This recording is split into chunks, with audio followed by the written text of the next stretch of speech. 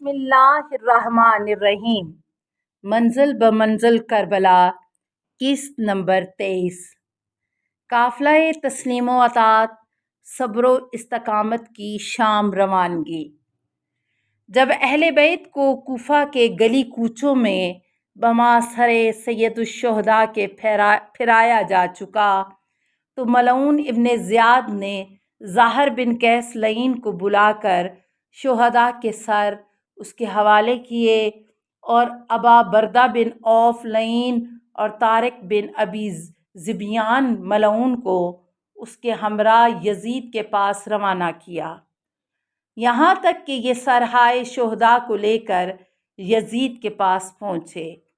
عبداللہ بن ربیعہ الحمیری کہتا ہے کہ جب زاہر بن قیس یزید کے پاس داخل ہوا تو میں اس وقت اس کے پاس بیٹھا تھا۔ زاہر سے اس نے سوال کیا، اپنے پیچھے کیا خبریں چھوڑ آئے ہو اور تمہارے پاس میرے لیے کیا خبر ہے؟ تو زاہر نے کہا، میں امیر المومنین یعنی یزید نعوذ باللہ کے لیے فتح و نصرت کی نوید لے کر آیا ہوں۔ بلا شبہ حسین 18 بنی ہاشم اور 60 اصحاب کے ہمراہ قتل کر دیے گئے۔ ہم نے حسین علیہ السلام اور ان کے اصحاب کی طرف امیر عبیداللہ بن زیاد کے حکم پر پیش قدمی کی اور انہیں صحرائے کربلا میں محصور کر دیا۔ پھر ہم نے ان سے کہا کہ یا تو اطاعت امیر میں داخل ہو جائیں یا جنگ کے لیے آمادہ ہوں، لیکن انہوں نے جنگ کو اختیار کیا اور ہم نے سورج کے طلوع ہونے کے ساتھ ہی انہیں جنگ پر آمادہ کیا، لیکن انہوں نے جنگ کو اختیار کیا اور ہم نے سورج کے طلوع ہونے کے ساتھ ہی جنگ شروع کر دی۔ انہیں چاروں طرف سے گھیرے میں لے لیا، پس وہ ہماری تلواروں سے اپنا دفاع کرتے رہے اور میدان میں ادھر ادھر دوڑتے رہے۔ جس طرح کبوتر اپنے گھونسلے میں جا کر پناہ لیتا ہے، اس طرح یہ میدان اور اپنے خیموں کے چکر لگاتے رہے، یہاں تک کہ ہم نے ان سب کو قتل کر دیا۔ اب ان کی لاشیں بے گور و کفن پڑی ہیں، ہوا ان کی لاشوں پر خاک اڑاتی ہے اور ان کے رخسار خاک آلود ہیں۔ سورج کی تپش نے ان کے سروں کے رنگوں کو متغیر کر دیا ہے اور یہ ان کے سر ہمارے پاس موجود ہیں۔ یہ سن کر یزید نے خوشی کے انداز میں سر ہلایا اور کہا، میں تو قتل حسین کے علاوہ بھی تم لوگوں کی اطاعت پر راضی تھا۔ اگر میں تمہاری جگہ ہوتا تو شاید انہیں معاف بھی کر دیتا۔ اللہ حسین پر رحم کرے، بے شک انہوں نے قطع رحمی کی۔ سامعین کرام، یہ بات مخفی نہ رہے کہ اس لعین نے وہاں موجود لوگوں کے سامنے قتل حسین سے خود کو بری الذمہ قرار دینے کی خاطر یہ بات کہی، ورنہ کہاں بنو امیہ اور کہاں معافی، کہاں آل ہند اور کہاں درگزر، کہاں آل ابی سفیان اور چشم پوشی۔ واللہ یہی وہ خاندان ہے جس پر نبی اللہ نے زبان رحمت سے لعنت کی، اور اللہ اس کے بد کردار لوگوں پر لعنت کرے۔ جبکہ یہی یزید ہی تھا جس نے خود ابن زیاد اور اس سے پہلے گورنر مدینہ کو بیعت نہ کرنے کی صورت میں حسین علیہ السلام کا سر بھیجنے کا حکم نامہ بھیجا تھا۔ اس لعین کی وجہ سے حسین علیہ السلام مدینہ چھوڑنے پر مجبور ہوئے تھے۔ پھر مکہ میں حاجیوں کے بھیس میں دوران حج شہید کرنے کی سازش کا پتہ چلنے کے بعد آپ علیہ السلام نے حج کو عمرے میں تبدیل کر کے عراق کا سفر اختیار کیا تھا، لہٰذا یہ اب ایسی باتیں کر کے خون حسین سے خود کو کیسے بری الذمہ قرار دے سکتا ہے؟ نیز اگر یہ قتل حسین علیہ السلام کے علاوہ بھی ان سے راضی تھا تو پھر شام پہنچتے ہی سرہائے شہداء کو اہل بیت کے حوالے کیوں نہ کیا؟ کیوں ان کو واپس نہیں کیا گیا؟ کیوں سر مقدس کی توہین کیوں کی گئی؟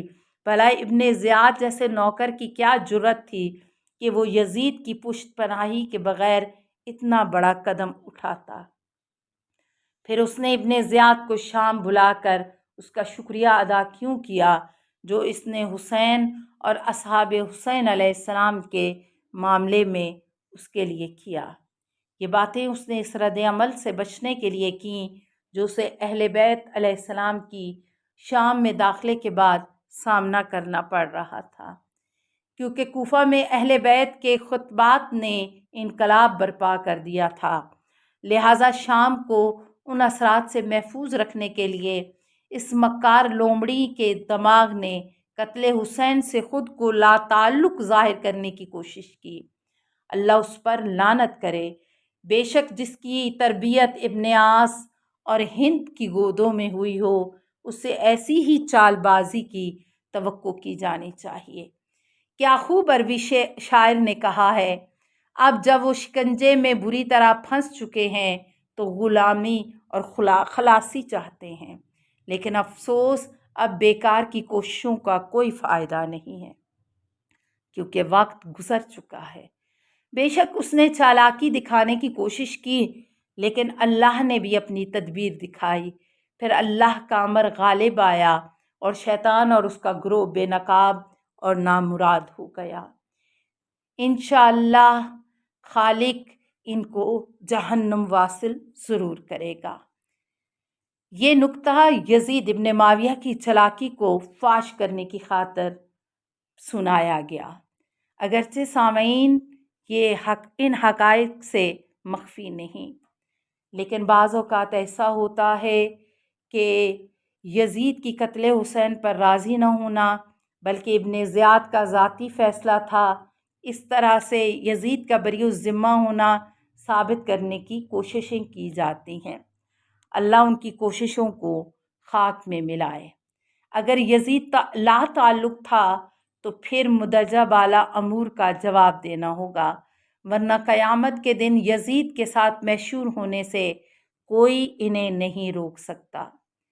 بے شک عاقبت متقین کی ہے اور ظالم ہی گھاٹے اور خسارے میں رہیں گے۔ الارشاد میں شیخ مفید لکھتے ہیں کہ ابن زیاد نے حسین علیہ السلام کے بچوں عورتوں کو سواریوں پر بٹھایا اور امام زین العابدین کا سر اقدس سواری کی گردن سے متصل کر کے باندھا۔ واویلا انا للہ و انا الیہ راجعون، اور اسی حالت میں شام پہنچے۔ ابن زیاد لعین نے شمر ذی جوشن لعین اور مخزر بن ثعلبہ الیزدی کو متعین کیا، جنہوں نے پورے راستے میں ان مظلوموں پر بہت سختیاں کیں، حتیٰ کہ انہی سختیوں کے سبب امام سجاد علیہ السلام سے ایک بھی جملہ شکایت یا درد کا کہے بغیر میرے مولا دمشق پہنچے۔ اللہ اکبر! ہائے سر ہائے شہداء پہلے بھیجے گئے تھے اور اہل بیت کے قیدی بعد میں سروں کے پیچھے دمشق جا پہنچے۔ اللہ کا سلام ہو آل رسول کے ان بے گناہ قیدیوں پر۔ فراکین کی کتب میں یہ موجود ہے، جب یہ قافلہ اپنے پہلے پڑاؤ پر پہنچا اور ایک دیوار کے قریب سستانے بیٹھ گئے تو اچانک دیوار سے ایک ہاتھ برآمد ہوا جس نے دیوار پر یہ شعر لکھا، کیا یہ وہ امت ہے جس نے حسین علیہ السلام کو قتل کر دیا؟ قیامت کے دن حسین کے جد ان کی شفاعت کی بالکل بھی نہیں کریں گی اور انہیں ان سے شفاعت کی امید بھی نہیں رکھنی چاہیے۔ بس یہ دیکھ کر یہ لوگ ڈر گئے اور جلدی سے یہاں سے آگے بڑھے۔ نبی اکرم صلی اللہ علیہ وسلم کی بعثت سے 500 سال قبل ایک پتھر ملا جس پر سریانی زبان میں کچھ عبارت لکھی تھی۔ جب اس کا عربی میں ترجمہ کیا گیا تو اس کا مطلب بعین ہی یہی شعر تھا جو دیوار پر اس غیبی ہاتھ نے لکھا، جو کہ اوپر بیان کیا جا چکا ہے۔ سلیمان بن یسار لکھتے ہیں کہ اس پتھر پر یہ لکھا ہوا پایا گیا، ضرور روز حشر فاطمہ سلام اللہ علیہا حسین علیہ السلام کے خون سے تر قمیض لے کر آئیں گی اور خون ناحق کا فیصلہ اللہ عز و جل سے طلب کریں گی، پس بربادی ہو ان پر جن سے فاطمہ روز قیامت طلب قصاص کریں گی۔ تاریخ خمیس میں ہے، یہ لوگ راستے میں ایک راہب کے ڈیرے پر جا پہنچے اور وہاں سستانے لگے۔ اتنے میں ان میں سے ایک نے دیوار کلیسا پر یہ عبارت لکھی دیکھی: کیا وہ امت جو حسین علیہ السلام کو قتل کرے وہ ان کے جد کی شفاعت کی امیدوار بن سکتی ہے؟ پس انہوں نے راہب سے پوچھا کہ یہ عبارت کس نے یہاں لکھی؟ تو راہب نے جواب دیا، یہ عبارت آج نہیں بلکہ آج سے 500 سال قبل اس کلیسا کی دیوار پر لکھی ہوئی موجود ہے۔ اس سفر میں بہت سے ایسے واقعات پیش آئے جس میں مولا کے بہت سے معجزات سامنے آئے، اور وقتاً فوقتاً وہ معجزات ان کو یہ بتاتے رہے کہ اہل بیت رسول اور پھر ان کے اصحاب اور ان کو جس طرح سے شہید کیا گیا، کس طرح سے خالق کائنات کی لعنت ان پر برسے گی اور وہ کیسے وہ لعنت ان کے لیے تا حشر رہے گی۔ الا لعنت اللہ علی القوم الظالمین، اللہ ظالموں پر لعنت کرے، اللہ حسین بن علی کے شیعوں پر رحمت فرمائے۔ السلام علیکہ یا ابا عبداللہ الحسین۔